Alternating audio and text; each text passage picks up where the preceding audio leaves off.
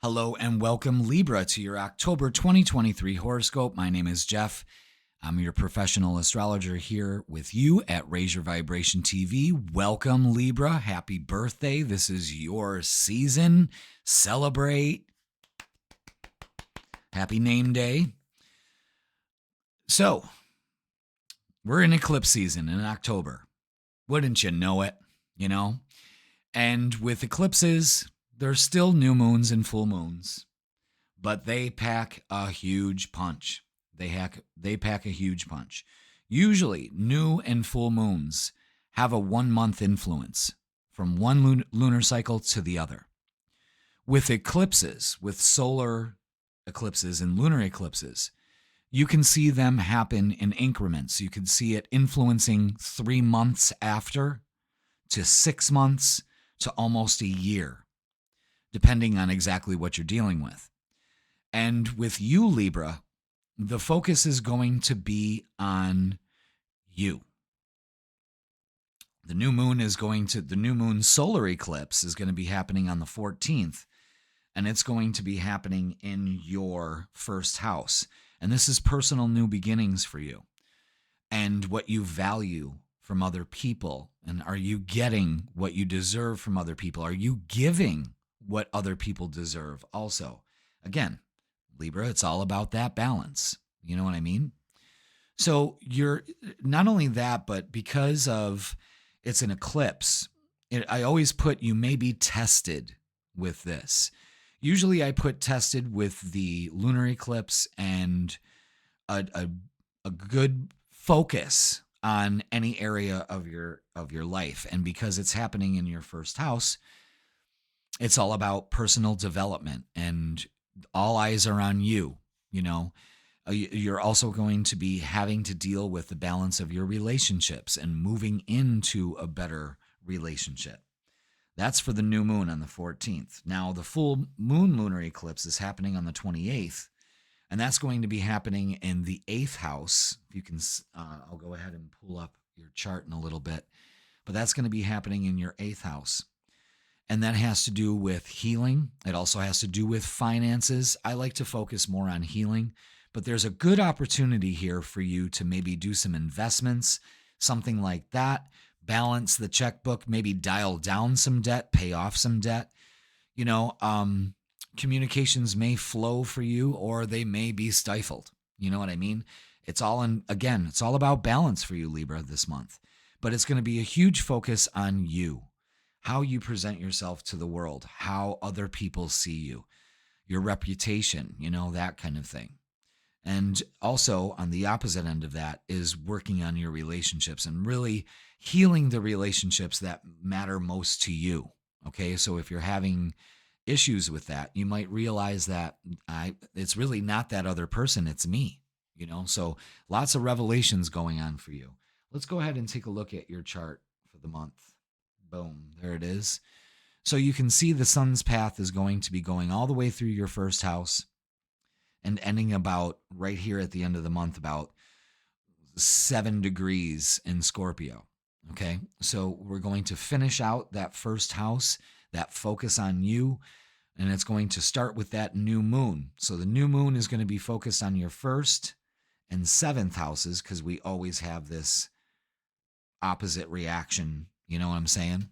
And then towards the end of the month for that lunar eclipse, then the shift focuses to your 2nd and your 8th. This is all about values, how you value yourself, how you put your value into your money. Where are you putting your money? Are you spending your money? Are you saving your money? Are you finding that balance?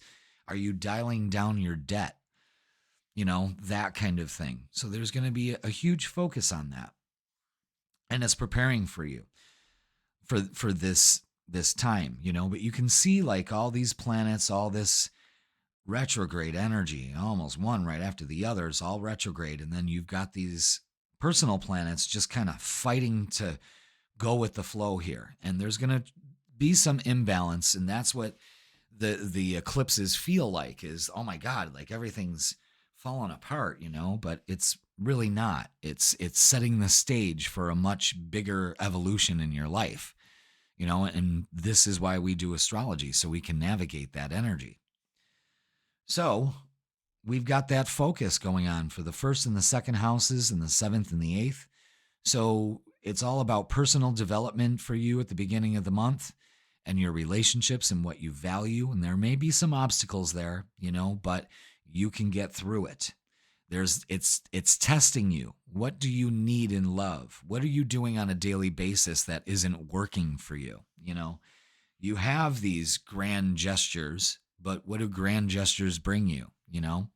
So let's go ahead and look at the calendar view. Oops, there it is. This is what I write out every month to kind of guide us through the daily activities and where our moods are at and everything. So let's begin. Right away, what I want to talk about is some of these dates that are highlighted here. And these all usually have to do with sign ingresses, a planet moving into a different sign, because that's important. That shows us that this planet of need is going into a different element, it's going into a different sign. And on the 4th, Mercury, the planet of communication, is moving into Libra, your sign. So, again, like I said at the beginning of the month, communications will be able to flow in a more balanced state. And it looks like a good weekend for everybody. When Leo sits on a Saturday, I say go out and have some fun. The 8th is going to be important for you because your ruler, Venus, the planet of love, is moving into Virgo, an earth sign, a more practical approach to love. You see how this is kind of building up for the month. The first 2 weeks of the month are really going to show you how the rest of the month is going to go. Okay? Every Monday looks and feels like a Monday, so just be aware of that. Okay? Maybe the 30th will be a little bit better. The 30th and the 31st will be better for air signs, but the Mondays are just bleh, you know what I mean? And then another important date is October 10th. Pluto is finally going direct after many months of being retrograde. So now this perspective that we've been holding on to and gaining and learning is going to be put into practice now. So now it's showtime. And your ruler Venus is going to be opposite Saturn. So there's this tension, this try to balance these relationship issues. Am I giving to myself as much as I give to partners? You're going to be asking that a lot, Look for big world news around that weekend, the 7th, the 8th, all the way to the 10th. All right. And actually, the news is going to be lit up all month with all these, I would say, landmines happening, which are the solar and lunar eclipses. The 12th is an important day. The moon's going to be moving into your sign. That's going to set up for having a good weekend. Mars, the planet of action, anger, passion, drive, is going to be moving into Scorpio, and this is its old sign. It used to rule this sign before Pluto came along. So this is, again, you're going to see action being taken. It's finally moving with passion and being directed to move forward. So the moon, this looks like a good weekend for you, especially with that solar eclipse. You're going to be feeling pretty good, and you should treat yourself. Definitely treat yourself. Start putting you on the priority of lists. All right. So we've got the moon on the 18th squaring your ruler Venus. So that Wednesday could be be careful what you say. Okay.